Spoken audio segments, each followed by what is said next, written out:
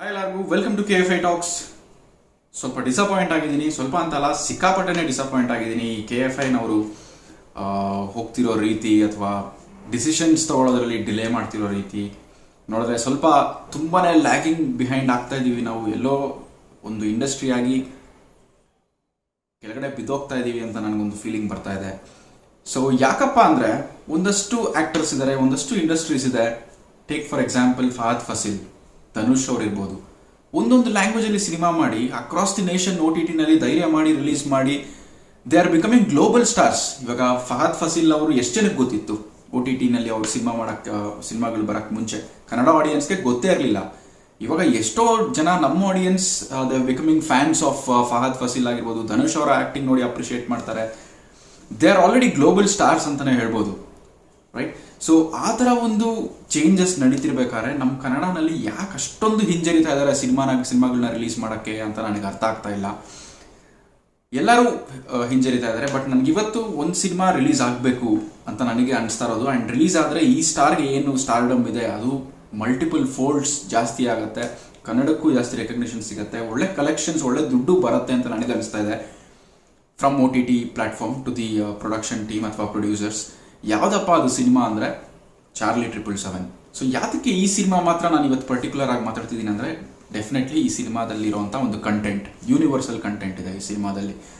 ಮನುಷ್ಯ ಮತ್ತು ಒಂದು ನಾಯಿ ಮಧ್ಯೆ ಇರುವಂಥ ಒಂದು ಎಮೋಷ್ನಲ್ ಬಾಂಡಿಂಗ್ ಬಗ್ಗೆ ಈ ಸಿನಿಮಾ ಇರೋದ್ರಿಂದ it has got universal appeal. Multiple ಲ್ಯಾಂಗ್ವೇಜಸಲ್ಲಿ ರಿಲೀಸ್ ಮಾಡ್ಬೋದು. ಯಾವ ಪ್ರಪಂಚದಲ್ಲಿ ಯಾವ್ಯಾವ ಲ್ಯಾಂಗ್ವೇಜಸ್ಸಲ್ಲಿ ಇದೆಯೋ ಲ್ಯಾಂಗ್ವೇಜಸ್, ಆ ಲ್ಯಾಂಗ್ವೇಜಸ್ ಎಲ್ಲ ಡಬ್ ಮಾಡಿ ಸಿನಿಮಾ ರಿಲೀಸ್ ಮಾಡುವಂಥ ಒಂದು ಮಾಡ್ಬೋದು ಈ ಥರ ಒಂದು ಕಾನ್ಸೆಪ್ಟ್ ಇರುವಂಥ ಒಂದು ಸಿನಿಮಾಗಳಿಗೆ. ಆ್ಯಂಡ್ ಸೆಕೆಂಡ್ಲಿ, ರಕ್ಷಿತ್ ಶೆಟ್ಟಿ ಅವ್ರಿಗೆ ಇರುವಂಥ ಒಂದು ಸ್ಟಾರ್ಡಮ್, ಕರ್ನಾಟಕದಲ್ಲಿ ಒಳ್ಳೆ ಬೆಲೆ ಇರುವಂಥ ಒಂದು ನಟ. ತಮಿಳುನಾಡು, ಕೇರಳ, ಆಂಧ್ರ ಪ್ರದೇಶ, ತೆಲಂಗಾಣದಲ್ಲಿ ಗೊತ್ತು ರಕ್ಷಿತ್ ಶೆಟ್ಟಿ ಅವ್ರು ಯಾರು ಅಂತ. ಅವನೇ ಶ್ರೀಮನ್ನಾರಾಯಣ ಸಿನಿಮಾ ಫ್ಲಾಪ್ ಆಗಿರ್ಬೋದು ಆ ಸ್ಟೇಟ್ಸಲ್ಲಿ, but they know that this man is something else. ಇವರಲ್ಲಿ ಟ್ಯಾಲೆಂಟ್ ಇದೆ, ಈಸ್ ಯೂನಿಕ್. ಇವರು ಏನೋ ಒಂದು ಬೇರೆ ಥರನೇ ಮಾಡಿರ್ತಾರೆ, ನಾರ್ಮಲ್ ಕನ್ನಡ ಮೂವಿ ಅಲ್ಲ ಇವ್ರದ್ದು ಅಂತ ಒಂದು ತಲೆಯಲ್ಲಿ ಕೂತಿರೋದ್ರಿಂದ ಜನ ಖಂಡಿತವಾಗ್ಲೂ ನೋಡ್ತಾರೆ ಇವರ ಒಂದು ಸಿನಿಮಾ ರಿಲೀಸ್ ಆದರೆ. ಸೊ ರೈಟ್ ಮೂಮೆಂಟ್ ಅಂತ ಅನಿಸುತ್ತೆ. ಥಿಯೇಟ್ರಿಕಲ್ ರಿಲೀಸ್ಗೆ ವೆಯ್ಟ್ ಮಾಡ್ತಿರ್ಬೋದು, ಬಟ್ ಬೆನಿಫಿಟ್ ಏನು ಸಿಗುತ್ತೆ ನೀವು ಥಿಯೇಟ್ರಲ್ಲಿ ರಿಲೀಸ್ ಮಾಡಿ ಆಮೇಲೆ OTTನಲ್ಲಿ ರಿಲೀಸ್ ಮಾಡಿದ್ರೆ ಏನು ಡಿಫ್ರೆನ್ಸ್ ಮಾಡಲ್ಲ ನಿಮಗೆ ಟೋಟಲ್ ಕಲೆಕ್ಷನ್ಸಲ್ಲಿ. ಯಾಕೆ ಅಂದರೆ ತುಂಬ ಕಷ್ಟ ಇದೆ ಥಿಯೇಟ್ರಲ್ಲಿ ರಿಲೀಸ್ ಆಗೋವರೆಗೂ ವೆಯ್ಟ್ ಮಾಡಿ ರಿಲೀಸ್ ಮಾಡಿ ಆಮೇಲೆ ಜನ ಬರ್ತಾರೋ ಇಲ್ವೋ ಅಂತ ಡಿಸೈಡ್ ಮಾಡೋಕ್ಕೆ. It's A long process. ಅದರ ಬದಲು ಇವಾಗಲೇ ಒಂದು ಬೋಲ್ಡ್ ಸ್ಟೆಪ್ ತೊಗೊಂಡು ಡೈರೆಕ್ಟಾಗಿ OTT ಪ್ಲ್ಯಾಟ್ಫಾರ್ಮಲ್ಲಿ ರಿಲೀಸ್ ಮಾಡಿದ್ರೆ ತುಂಬಾ ಅಡ್ವಾಂಟೇಜ್ ಆಗಿ ವರ್ಕ್ ಆಗುತ್ತೆ ಅಂತ ನನಗೆ ಅನಿಸ್ತದೆ. ಒಳ್ಳೆ ಅಮೌಂಟ್ ಕೂಡ ಬರುತ್ತೆ OTT ಪ್ಲ್ಯಾಟ್ಫಾರ್ಮಿಂದ, ಯಾಕಂದರೆ ರಕ್ಷಿತ್ ಶೆಟ್ಟಿ ಅನ್ನೋ ಬ್ರ್ಯಾಂಡ್ ವರ್ಕ್ ಆಗುತ್ತೆ. ಆ್ಯಂಡ್ ಡೈರೆಕ್ಟ್ OTT ರಿಲೀಸ್ ಅನ್ನೋ ಇನ್ನೊಂದು ಫ್ಯಾಕ್ಟ್ರಿ ವರ್ಕ್ ಆಗುತ್ತೆ. ಆ್ಯಂಡ್ ಥರ್ಡ್ಲಿ, ಆಲ್ರೆಡಿ ಅವರು 5 ಲ್ಯಾಂಗ್ವೇಜಲ್ಲಿ ಪ್ಲ್ಯಾನ್ ಮಾಡ್ಕೊಂಡಿದ್ದಾರೆ. ಸೊ ಇನ್ನೊಂದಷ್ಟು ಲ್ಯಾಂಗ್ವೇಜಸಲ್ಲಿ ಮಾಡೋದು ಏನು ಅಷ್ಟೊಂದು ಕಷ್ಟದ ವಿಷಯ ಆಗಲ್ಲ, ಡಬ್ ಮಾಡಿ ರಿಲೀಸ್ ಮಾಡೋದು. So it's already A proper package.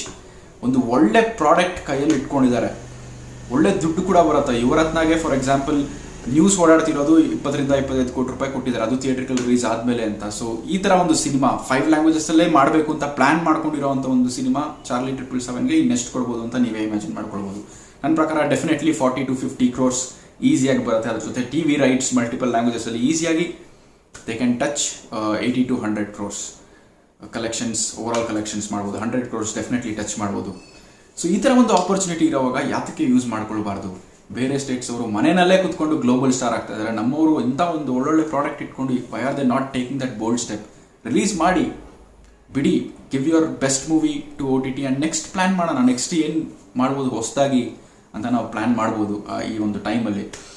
ಅದ್ರ ಬದಲು ಇದೊಂದೇ ಸಿನಿಮಾ ಅಂತ ಅಲ್ಲ, ಈ ಸಿನಿಮಾ ನಾನು ಬರೀ ಎಕ್ಸಾಂಪಲ್ ಆಗಿ ತೊಗೊತಾ ಇದ್ದೀನಿ. Because I feel this is the best movie. ಇಡೀ ದೇಶನೇ ತಿರುಗಿ ಕನ್ನಡ ಫಿಲಮ್ ಇಂಡಸ್ಟ್ರಿ ಕಡೆ ತಿರುಗಿ ನೋಡೋ ಅಂಥ ಒಂದು ಸಿಚುವೇಶನ್ ಕ್ರಿಯೇಟ್ ಮಾಡೋವಂಥ ತಾಕತ್ತು ಈ ಸಿನಿಮಾಗಿರೋದ್ರಿಂದ ನಾನು ಪಿಕ್ ಮಾಡ್ಕೊಂಡಿದ್ದೀನಿ. It's not like any other regular commercial movie ಆಗಿರಲ್ಲ ಈ ಸಿನಿಮಾ. ಸೊ ನಿಮಗೇನು ಅನಿಸುತ್ತೆ ಕಮೆಂಟ್ ಮಾಡಿ. ತುಂಬ ಡಿಲೇ ಮಾಡ್ತಾ ಇದ್ದಾರೆ ಅನಿಸ್ತಾ ಇದೆ ನನಗೇನೋ. ಡೇ ಬೈ ಡೇ ಕೆಳಗೆ ಹೋಗ್ತಾ ಇದೆ ನಮ್ಮ ಇಂಡಸ್ಟ್ರಿ ಅಂತ ನನಗೆ ಅನಿಸ್ತಾ ಇದೆ. ಅದಕ್ಕೋಸ್ಕರ ನಾನು ಈ ವಿಡಿಯೋನ ಮಾಡಿದೆ. ಇನ್ನೊಂದಷ್ಟು ಸಿನಿಮಾಗಳಿದೆ, ಅದ್ರ ಬಗ್ಗೆನೂ ಮಾತಾಡ್ತೀನಿ. ಯಾವ್ದಾವ್ದು ರಿಲೀಸ್ ಮಾಡ್ಬೋದಾಗಿತ್ತು, ಮಾಡಬೇಕು ಅಂತ ನನಗೊಂದು ಸಿನಿಮಾಗಳು ಅನಿಸಿದೆ, ಅದ್ರ ಬಗ್ಗೆನೂ ಮಾತಾಡ್ತೀನಿ. ಬಟ್ ಸದ್ಯಕ್ಕೆ Charlie 777 it is definitely made for OTT, definitely the right time to release in OTT ಅಂತ ನನಗೆ ಅನಿಸ್ತಾ ಇದೆ. ಎಲ್ಲ ಒಳ್ಳೇದೇ ಆಗುತ್ತೆ. ಆದರೆ ನಿಮಗೆ ಅನಿಸುತ್ತೆ ಕಮೆಂಟ್ ಮಾಡಿ ಅಂತ ಹೇಳ್ತಾ ವಿಡಿಯೋ ಮುಗಿಸ್ತಾ ಇದ್ದೀನಿ.